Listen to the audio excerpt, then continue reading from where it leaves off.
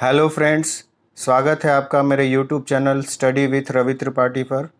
आज हम लोग कक्षा 10 विषय नागरिक शास्त्र पाठ संख्या 1 लोकतंत्र में सत्ता की साझेदारी इस पाठ का संपूर्ण प्रश्न उत्तर करेंगे। कक्षा 10 के अन्य विषय भूगोल और इतिहास की उसका लिंक मेरे आज के इस वीडियो के डिस्क्रिप्शन में नीचे दिया हुआ है, आप चाहें तो जाकर देख सकते हैं। तो आइए हम लोग इस पाठ को शुरू करते हैं। प्रश्न संख्या 1, हर सामाजिक विभिन्नता सामाजिक विभाजन का रूप नहीं लेती, कैसे? प्रत्येक समाज में सामाजिक विभिन्नता पाई जाती है। समाज में विभिन्न धर्म, जाति, भाषा, समुदाय, लिंग इत्यादि के लोग रहते हैं जो सामाजिक विभिन्नता का सूचक हैं। यह आवश्यक नहीं है कि ये राजनीतिक विभिन्नता सामाजिक विभिन्नता का आधार हो, क्योंकि विभिन्न समुदाय के विचार भिन्न हो सकते हैं लेकिन हित समान होगा। उदाहरण के लिए मुंबई में मराठियों की हिंसा का शिकार व्यक्तियों की जातियां भिन्न थीं, धर्म भिन्न थे, लिंग भी भिन्न हो सकता है, परंतु उनका क्षेत्र एक ही था। वे सभी एक ही क्षेत्र विशेष के उत्तर भारतीय थे। उनका हित समान था। वे सभी अपने व्यवसाय और पेशा में संलग्न थे। उपयुक्त कथनों के अध्ययन करने के बाद यह स्पष्ट हो जाएगा कि हर सामाजिक विभिन्नता सामाजिक विभाजन का रूप नहीं ले पाती है। प्रश्न संख्या 2, सामाजिक अंतर कब और कैसे सामाजिक विभाजनों का रूप ले लेते हैं? सामाजिक अंतर एवं सामाजिक विभाजन में बहुत बड़ा अंतर पाया जाता है। सामाजिक विभाजन तब होता है जब कुछ सामाजिक अंतर दूसरी अनेक विभिन्नताओं से ऊपर और बड़े हो जाते हैं। सवर्णों और दलितों का अंतर एक सामाजिक विभाजन है, क्योंकि दलित संपूर्ण देश में आमतौर पर गरीब, वंचित एवं बेघर हैं और भेदभाव के शिकार हैं, जबकि सवर्ण आमतौर पर संपन्न एवं सुविधा युक्त हैं। अर्थात दलितों को महसूस होने लगता है कि वे दूसरे समुदाय के हैं। अतः हम कह सकते हैं कि जब एक तरह का सामाजिक अंतर अन्य अंतरों से ज़्यादा महत्वपूर्ण बन जाता है और लोगों को यह महसूस होने लगता है कि वे दूसरे समुदाय के हैं, तो इससे सामाजिक विभाजन की स्थिति पैदा होती है। जैसे अमेरिका में श्वेत और अश्वेत का अंतर सामाजिक विभाजन है। वास्तव में उपयुक्त कथनों के अध्ययन के बाद यह स्पष्ट होता है कि सामाजिक अंतर उस समय सामाजिक विभाजन बन जाता है जब अन्य अंतरों से ज़्यादा महत्वपूर्ण बन जाता है। प्रश्न संख्या 3, सामाजिक विभाजनों की राजनीति के परिणाम स्वरूप ही लोकतंत्र के व्यवहार में परिवर्तन होता है। भारतीय लोकतंत्र के संदर्भ में इसे स्पष्ट करें। सामाजिक विभाजन दुनिया के अधिकतर देशों में किसी न किसी रूप में मौजूद है और यह विभाजन राजनीतिक रूप अख्तियार करती ही है। लोकतंत्र में राजनीतिक दलों के लिए सामाजिक विभाजनों की बात करना और विभिन्न समूहों से अलग अलग वायदे करना स्वाभाविक बात है। हमारे देश भारत में लोकतांत्रिक शासन व्यवस्था पाई जाती है। जनता अपने प्रतिनिधियों को मतदान के माध्यम से चुनकर देश की संसद या राज्य की विधानसभाओं में भेजती है। भारतीय लोकतंत्र में सामाजिक विभाजन का असर देश की राजनीति पर बहुत हद तक पड़ता है। साथ ही सरकार की नीतियां भी प्रभावित होती हैं। अगर भारत में पिछड़ों एवं दलितों के प्रति न्याय की मांग को सरकार शुरू से खारिज करती रहती है तो आज भारत विखंडन के कगार पर होता। लोकतंत्र में सामाजिक विभाजन की राजनीतिक अभिव्यक्ति एक सामान्य बात है और यह एक स्वस्थ राजनीति का लक्षण भी है। राजनीति में विभिन्न तरह के सामाजिक विभाजन की अभिव्यक्ति ऐसे विभाजनों के बीच संतुलन पैदा करने का भी काम करती रहती है। परिणामतः कोई भी सामाजिक विभाजन एक हद से ज़्यादा उग्र नहीं हो पाता और यह प्रवृत्ति लोकतंत्र को मजबूत करने में सहायक भी होता है। लोग शांतिपूर्ण एवं संवैधानिक तरीके से अपनी मांगों को उठाते हैं और चुनावों के माध्यम से उनके लिए दबाव बनाते हैं, उनका समाधान पाने का प्रयास करते हैं। इस प्रकार यह स्पष्ट होता है कि सामाजिक विभाजन की राजनीति के फलस्वरूप भारतीय लोकतंत्र के व्यवहार में परिवर्तन होता है। प्रश्न संख्या 4, 70 के दशक से आधुनिक दशक के बीच भारतीय लोकतंत्र का सफ़र सामाजिक न्याय के संदर्भ में का संक्षिप्त वर्णन करें। 70 के दशक के पहले भारत की राजनीति स्वर्ण सुविधा परस्त हित समूहों के हाथों में थी, अर्थात 1967 तक भारतीय राजनीति में सवर्ण जातियों का वर्चस्व रहता था। 70 से 90 दशक के बीच सवर्ण और मध्यम पिछड़े के उपरांत पिछड़ी जातियों का वर्चस्व रहा तथा दलितों की जागृति की अवधारणाएं राजनीतिक गलियारों में उपस्थित दर्ज कराती रही और नीतियों को प्रभावित करती रही। भारतीय राजनीति के इस महामंथन में पिछड़े और दलितों का संघर्ष प्रभावी रहा। आधुनिक दशक के वर्ष में राजनीति का पलड़ा दलितों और महादलितों बिहार के संदर्भ में के पक्ष में झुकता दिखाई दे रहा है। सरकार की नीतियों के सभी परिदृश्यों में दलित न्याय की पहचान सबके केंद्र बिंदु का विषय बन गया है। प्रश्न संख्या 5, सामाजिक विभाजनों की राजनीति का परिणाम किन किन चीज़ों पर निर्भर करता है? सामाजिक विभाजनों की राजनीति 3 तत्वों पर निर्भर करती है जो निम्नलिखित हैं। पहला, लोग अपनी पहचान स्व अस्तित्व तक ही सीमित रखना चाहते हैं क्योंकि प्रत्येक मनुष्य में राष्ट्रीय चेतना के अलावा उपराष्ट्रीय या स्थानीय चेतना भी होती है। कोई एक घटना बाकी चेतनाओं की कीमत पर उग्र होने लगती है और समाज में असंतुलन पैदा हो जाता है। भारत के संदर्भ में कहा जा सकता है कि जब तक बंगाल बंगालियों का, तमिलनाडु तमिलों का, महाराष्ट्र मराठियों का, असम असमियों का, गुजरात गुजरातियों की भावना का दमन नहीं होगा, तब तक भारत की अखंडता, एकता तथा सामंजस्य खतरे में रहेगा। अतएव उचित यही है कि पहचान के लिए सभी चेतनाएं अपनी अपनी मर्यादा में रहें और एक दूसरे की सीमा में दखल न दें। दूसरे शब्दों में यह कह सकते हैं कि अगर लोग अपने बहुस्तरीय पहचान को राष्ट्रीय पहचान का हिस्सा मानते हैं तो कोई समस्या नहीं हो सकती है। उदाहरण स्वरूप बेल्जियम के अधिकतर लोग खुद को बेल्जियाई ही मानते हैं, भले ही वे डच और जर्मन बोलते हैं। हमारे देश में भी ज़्यादातर लोग अपनी पहचान को लेकर ऐसा ही नज़रिया रखते हैं। भारत विभिन्नताओं का देश है, फिर भी सभी नागरिक सर्वप्रथम अपने को भारतीय मानते हैं। तभी तो हमारा देश अखंडता और एकता का प्रतीक है। किसी समुदाय या क्षेत्र विशेष की मांगों को राजनीतिक दल कैसे उठा रहे हैं? संविधान के दायरे में आने वाली और दूसरी समुदायों को नुकसान न पहुंचाने वाली मांगों को मान लेना आसान है। 70 के दशक के पूर्व के राजनीतिक स्वरूप और 80 और 90 के दशक में राजनीतिक परिदृश्य में बदलाव हुआ और भारतीय समाज में सामंजस्य अभी तक बरकरार है। इसके विपरीत यूगोस्लाविया में विभिन्न समुदायों के नेताओं ने अपने जातीय समूहों की तरह से ऐसी मांगें रखी जिन्हें एक देश की सीमा के अंदर पूरा करना संभव न था। इसी के परिणाम स्वरूप यूगोस्लाविया कई टुकड़ों में बंट गया। पॉइंट नंबर 3, सामाजिक विभाजन के राजनीति का परिणाम सरकार के खर्च पर भी निर्भर करता है।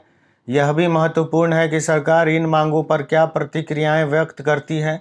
अगर भारत में पिछड़ों एवं दलितों के प्रति न्याय की मांग को सरकार शुरू से ही खारिज करती रहती तो आज भारत बिखराव के कगार पर होता। लेकिन सरकार ने इन्हें सामाजिक न्याय को चिन्हित मानते हुए सत्ता में साझेदार बनाया और उनको देश के मुख्य धारा में जोड़ने का ईमानदारी से प्रयास किया। फलतः छोटे संघर्ष के बावजूद भी भारतीय समाज में समरसता और सामंजस्य स्थापित है। पुनः बेल्जियम में भी सभी समुदायों के हितों को सामुदायिक सरकार में उचित प्रतिनिधित्व दिया गया, परंतु श्रीलंका में राष्ट्रीय एकता के नाम पर तमिलों के न्यायपूर्ण मांगों को दबाया जा रहा है। ताकत के दम पर एकता बनाए रखने की कोशिश अक्सर विभाजन की ओर ले जाती है। प्रश्न संख्या 6, सामाजिक विभाजनों को संभालने के संदर्भ में इनमें से कौन सा बयान लोकतांत्रिक व्यवस्था पर लागू नहीं होता? तो यहाँ हमारे सामने 4 ऑप्शन दिए हुए हैं। इसमें से क ऑप्शन, लोकतंत्र में राजनीतिक प्रतिद्वंद्विता के चलते सामाजिक विभाजनों की छाया राजनीति पर भी पड़ती है, यही ऑप्शन सही होगा।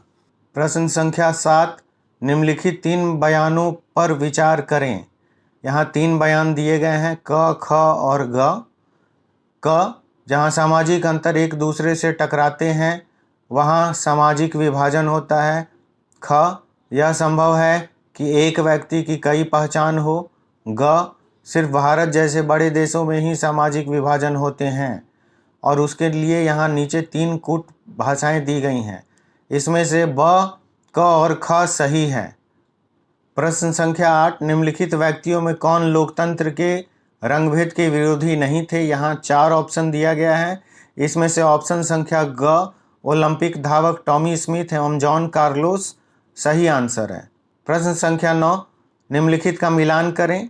यहाँ क ख ग दिया हुआ है, इस साइड में अ ब स दिया हुआ है। पाकिस्तान का इस्लाम होगा, हिंदुस्तान का धर्मनिरपेक्ष होगा, इंग्लैंड का प्रोटेस्टेंट होगा।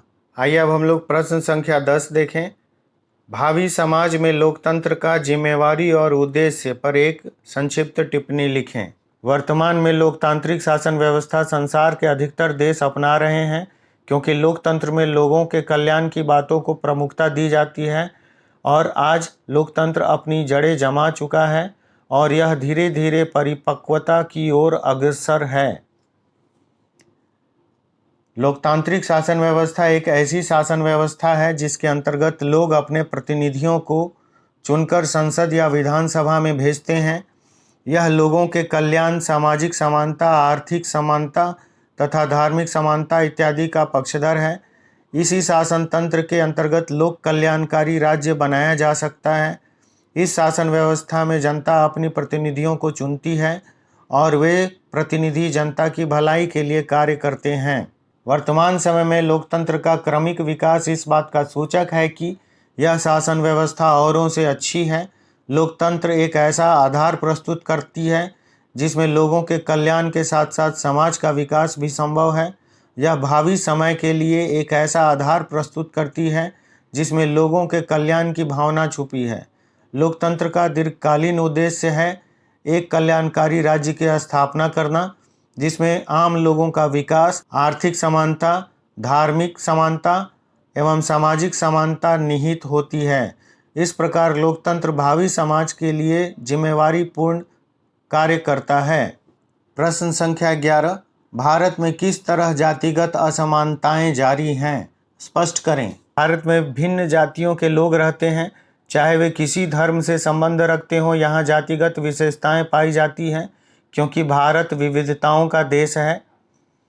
दुनिया भर के सभी समाज में सामाजिक असमानताएं और श्रम विभाजन पर आधारित समुदाय विद्यमान हैं। भारत इससे अछूता नहीं है। भारत की तरह दूसरे देशों में भी पेशा का आधार वंशानुगत है। पेशा एक पीढ़ी से दूसरे पीढ़ी में स्वयं ही चला आता है। पेशे पर आधारित सामुदायिक व्यवस्था ही जाति कहलाती है। यह व्यवस्था तब अस्थायी हो जाती है जब श्रम विभाजन का अतिवादी रूप कहलाता है, जिसे हम जाति के नाम से पुकारने लगते हैं। यह एक खास अर्थ में समाज में दूसरे समुदाय से भिन्न हो जाता है। इस प्रकार के वंशानुगत पेशा पर आधारित समुदाय, जिसे हम जाति कहते हैं, की स्वीकृति रीति रिवाज से भी हो जाती है। इनकी पहचान एक अलग समुदाय के रूप में होती है और इस समुदाय के सभी व्यक्तियों की एक या मिलती जुलती पेशा होती है। इनके बेटे बेटियों को शादी आपस में समुदाय में ही होती है और खान पान भी समुदाय समान होती है। अन्य समुदाय में इनके संतानों की शादी न तो हो सकती है और न ही करने की कोशिश करते हैं। महत्वपूर्ण पारिवारिक आयोजन और सामुदायिक आयोजन में अपने समुदाय के साथ एक पांत में बैठकर भोजन करते हैं। कहीं कहीं तो ऐसा देखा गया है कि अगर एक समुदाय के बेटा या बेटी दूसरे समुदाय के बेटा या बेटी से शादी कर लेते हैं तो उसे पांत से काट दिया जाता है। अपने समुदाय से हटकर दूसरे समुदाय में वैवाहिक संबंध बनाने वाले परिवार को समुदाय से निष्कासित भी कर दिया जाता है। प्रश्न संख्या 12, क्यों सिर्फ जाति के आधार पर भारत में चुनावी नतीजे तय नहीं हो सकते? इसके 2 कारण बताएं। किसी भी निर्वाचन क्षेत्र का गठन इस प्रकार नहीं किया गया है कि उसमें मात्र एक जाति के मतदाता रहें। ऐसा हो सकता है कि एक जाति के मतदाता की संख्या अधिक हो सकती है, परंतु दूसरे जाति के मतदाता भी निर्णायक भूमिका निभाते हैं। अतएव हर पार्टी एक या एक से अधिक जाति के लोगों का भरोसा करना चाहता है। दूसरा, अगर जातीय भावना अस्थायी और अटूट होती तो जातीय गोलबंदी पर सत्ता में आने वाली पार्टी की कभी हार नहीं होती। यह माना जा सकता है कि क्षेत्रीय पार्टियां जातीय गुटों से संबंध बनाकर सत्ता में आ जाएं, परंतु अखिल भारतीय चेहरा पाने के लिए जाति विहीन सांप्रदायिकता से परे विचार रखना आवश्यक होगा। प्रश्न संख्या 13, विभिन्न तरह की सांप्रदायिक राजनीति का ब्यौरा दें और सबके साथ साथ एक एक उदाहरण दें। जब हम यह कहना आरंभ करते हैं कि धर्म ही समुदाय का निर्माण करता है, तो सांप्रदायिक राजनीति का जन्म होता है और इस अवधारणा पर आधारित सोच ही सांप्रदायिकता कहलाती है। हम प्रत्येक दिन सांप्रदायिकता की अभिव्यक्ति देखते हैं, महसूस करते हैं तथा धार्मिक पूर्वाग्रह, परंपरागत धार्मिक अवधारणाएं एवं एक धर्म को दूसरे धर्म से श्रेष्ठ मानने की मान्यताएं। सांप्रदायिकता की सोच प्रायः अपने धार्मिक समुदाय की प्रमुख राजनीति में बरकरार रखना चाहती है। जो लोग बहुसंख्यक समुदाय के होते हैं, उनकी यह कोशिश बहुसंख्यकवाद का रूप ले लेती है। उदाहरण के स्वरूप, श्रीलंका में सिंहलियों का बहुसंख्यवाद। यहाँ लोकतांत्रिक रूप से निर्वाचित सरकार ने भी सिंहली समुदाय की प्रभुता कायम करने के लिए अपने बहुसंख्य परस्ती के तहत कई कदम उठाए। जैसे 1956 में सिंहलियों को एकमात्र राजभाषा के रूप में घोषित करना, विश्वविद्यालय और सरकारी नौकरियों में सिंहलियों को प्राथमिकता देना, बौद्ध धर्म के संरक्षण हेतु कई कदम उठाना इत्यादि। सांप्रदायिकता के आधार पर राजनीति गोलबंदी सांप्रदायिकता का दूसरा रूप है। इस हेतु पवित्र प्रतीकों, धर्म गुरुओं और भावनात्मक अपील आदि का सहारा लिया जाता है। निर्वाचन के वक्त हम अक्सर ऐसा देखते हैं कि किसी खास धर्म के अनुयायियों से किसी पार्टी विशेष के पक्ष में मतदान करने की अपील कराई जाती है और अंत में सांप्रदायिकता का भयावह रूप तब हम देखते हैं जब संप्रदाय के आधार पर हिंसा, दंगा, नरसंहार होता है। विभाजन के समय हमने इस त्रासदी को झेला है। आज़ादी के बाद भी कई जगहों पर बड़े पैमाने पर सांप्रदायिक हिंसा हुई है। उदाहरण के स्वरूप, नोआखली में भयावह सांप्रदायिक दंगे हुए। प्रश्न संख्या 14, जीवन के विभिन्न पहलुओं का जिक्र करें जिसमें भारत में स्त्रियों के साथ भेदभाव है या वे कमजोर स्थिति में हैं। भारत एक विकासशील देश है। यहाँ स्त्रियों की स्थिति उतनी बेहतर नहीं है जितना एक विकसित देश में होती है। भारत में स्वतंत्रता प्राप्ति से पहले स्त्रियों की स्थिति बहुत ही विकट थी और आज़ादी के बाद स्त्रियों की स्थिति में बहुत थोड़ा बदलाव आया, लेकिन वह काफ़ी नहीं था। अगर वर्तमान परिदृश्य में देखा जाए तो भारत में स्त्रियों की स्थिति में सुधार हुआ है, परंतु उनके सुधार के लिए बहुत कुछ किया जाना शेष है। भारत में समय समय पर महिलाओं ने अपनी स्थिति को सुधारने के लिए या जागृति लाने के लिए समय समय पर आंदोलन किया। पुरुषों के बराबर दर्जा पाने के लिए गोलबंद होना आरंभ किया। सार्वजनिक जीवन के विभिन्न क्षेत्र पुरुष के कब्जे में हैं। यद्यपि मनुष्य जाति की आबादी में महिलाओं का हिस्सा आधा है। आज महिलाएं वैज्ञानिक, डॉक्टर, इंजीनियर, प्रबंधक, कॉलेज और विश्वविद्यालय शिक्षक इत्यादि पेशे में दिखाई पड़ती हैं, परंतु हमारे देश में महिलाओं की तस्वीर अभी भी उतनी संतोषजनक नहीं है। अभी भी महिलाओं के साथ कई तरह के भेदभाव होते हैं। इस बात का संकेत निम्नलिखित तथ्यों से हमें प्राप्त होता है। पॉइंट 1, महिलाओं में साक्षरता की दर अभी भी मात्र 54% है, जबकि पुरुष 76%। यद्यपि स्कूली शिक्षा में कई जगह लड़कियां अव्वल रही हैं, फिर भी उच्च शिक्षा प्राप्त करने वाली लड़कियों का प्रतिशत बहुत ही कम है। इस संदर्भ के लिए माता पिता के नज़रिए में भी फ़र्क है। माता पिता की मानसिकता बेटों पर अधिक खर्च करने की होती है। यही कारण है कि उच्च शिक्षा में लड़कियों की संख्या सीमित है। शिक्षा में लड़कियों के इसी पिछड़ेपन के कारण अब भी ऊंची तनख्वाह वाली और ऊंचे पदों पर पहुंचने वाली महिलाओं की संख्या बहुत ही कम है। यद्यपि एक सर्वेक्षण के अनुसार एक औरत औसतन रोजाना 7.5 घंटे से ज़्यादा काम करती है, जबकि एक पुरुष औसतन रोज़ 6 घंटे ही काम करता है। फिर भी पुरुषों द्वारा किया गया काम ही ज़्यादा दिखाई पड़ता है क्योंकि उससे आमदनी होती है। हालांकि औरतें भी ढेर सारे ऐसे काम करती हैं जिनसे प्रत्यक्ष रूप से आमदनी होती है, लेकिन इनका ज़्यादातर काम घर की चारदीवारी के अंदर होता है। इसके लिए उन्हें पैसे नहीं मिलते, इसलिए औरतों का काम दिखलाई नहीं देता।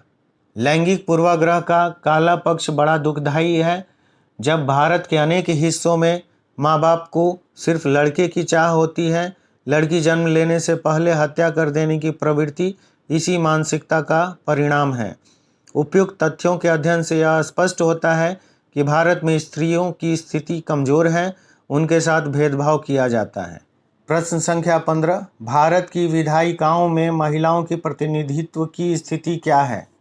भारत में महिला आंदोलन की मुख्य मांगों में सत्ता में भागीदारी की मांग सर्वोपरि रही है। औरतों ने यह सोचना प्रारंभ कर दिया कि जब तक औरतों का सत्ता पर नियंत्रण नहीं होगा तब तक इस समस्या का निपटारा नहीं होगा। परिणाम स्वरूप राजनीतिक गलियारों के इस बात की बहस शुरू हो गई कि इस लक्ष्य को प्राप्त करने का सबसे बेहतर तरीका यह होगा कि चुने हुए प्रतिनिधियों की हिस्सेदारी बढ़ाई जाए। यद्यपि भारत में लोकसभा में महिला प्रतिनिधियों की संख्या 59 हो गई है, फिर भी यह 11% से नीचे है। पिछले लोकसभा चुनाव में 40% महिलाओं की पारिवारिक पृष्ठभूमि आपराधिक थी, परंतु इस बार 15वीं लोकसभा चुनाव में मतदाताओं ने अपराधियों को नकार दिया। 90% महिला सांसद स्नातक हैं। महिलाओं का प्रतिनिधित्व बढ़ना लोकतंत्र के लिए शुभ है। अतः भारत की विधायिकाओं में महिलाओं का प्रतिनिधित्व पुरुषों की तुलना में बहुत कम है। प्रश्न संख्या 16, किन्हीं दो प्रावधानों का जिक्र करें जो भारत को धर्मनिरपेक्ष देश बनाता है। इसका उत्तर पेज नंबर 24 पर है। रहा है इसका उत्तर। यहाँ कुल 4 पॉइंट्स है, इसमें से कोई 2 पॉइंट्स हम लोग ले सकते हैं। जैसे हमारे देश में किसी भी धर्म को राजकीय धर्म के रूप में स्वीकार नहीं किया गया है। श्रीलंका में बौद्ध धर्म, पाकिस्तान में इस्लाम, इंग्लैंड में ईसाई धर्म का जो दर्जा दिया गया है उसके विपरीत भारत का संविधान किसी धर्म को विशेष दर्जा नहीं देता। दूसरा पॉइंट यह 3 नंबर ले सकते हैं। हमारे संविधान के अनुसार धर्म के आधार पर किसी प्रकार का भेदभाव असंवैधानिक घोषित है। प्रश्न संख्या 17, जब हम लैंगिक विभाजन की बात करते हैं तो हमारा अभिप्राय होता है, यहाँ कुल 4 ऑप्शन दिए गए हैं। क ऑप्शन है स्त्री और पुरुष के बीच जैविक अंतर, यही इसका उत्तर भी है। प्रश्न संख्या 18, भारत में यहाँ औरतों के लिए आरक्षण की व्यवस्था है, तो इसका उत्तर है घ, पंचायती राज संस्थाएं। प्रश्न संख्या 19, सांप्रदायिक राजनीति के अर्थ संबंधी निम्न कथनों पर गौर करें। सांप्रदायिक राजनीति किस पर आधारित है? तो इसका उत्तर है द, एक धार्मिक समूह का प्रभुत्व बाकी सभी धर्मों पर कायम रहने से शासन की शक्ति का प्रयोग नहीं किया जा सकता है। प्रश्न संख्या 20, भारतीय संविधान के बारे में इनमें से कौन सा कथन सही है? तो क सही है, यह धर्म के आधार पर भेदभाव की मनाही करता है। प्रश्न संख्या 21, डैश पर आधारित विभाजन सिर्फ भारत में है। उत्तर होगा जाति, धर्म एवं लिंग। अब सूची 1 और सूची 2 को मिलाना है। प्रश्न संख्या 22 में अधिकारों और अवसरों के मामले में स्त्री और पुरुष की बराबरी मानने वाला व्यक्ति नारीवादी कहलाता है। धर्म को समुदाय का मुख्य आधार मानने वाला व्यक्ति सांप्रदायिक कहलाता है। जाति को समुदाय का मुख्य आधार मानने वाला व्यक्ति जातिवादी कहलाता है। व्यक्तियों के बीच धार्मिक आस्था पर आधार पर भेदभाव न करने वाला व्यक्ति धर्मनिरपेक्ष कहलाता है। तो इस तरह से आज हम लोगों ने इस पाठ का संपूर्ण प्रश्नोत्तर किया। आशा करता हूँ आपको आज का यह वीडियो पसंद आएगा। यदि आपको आज का यह वीडियो पसंद आए तो प्लीज़ लाइक, शेयर, सब्सक्राइब कीजिएगा। अपने फ्रेंड्स को भी इस चैनल के बारे में ज़रूर बताइएगा। मिलते हैं बहुत जल्द नेक्स्ट वीडियो में। तब तक के लिए धन्यवाद।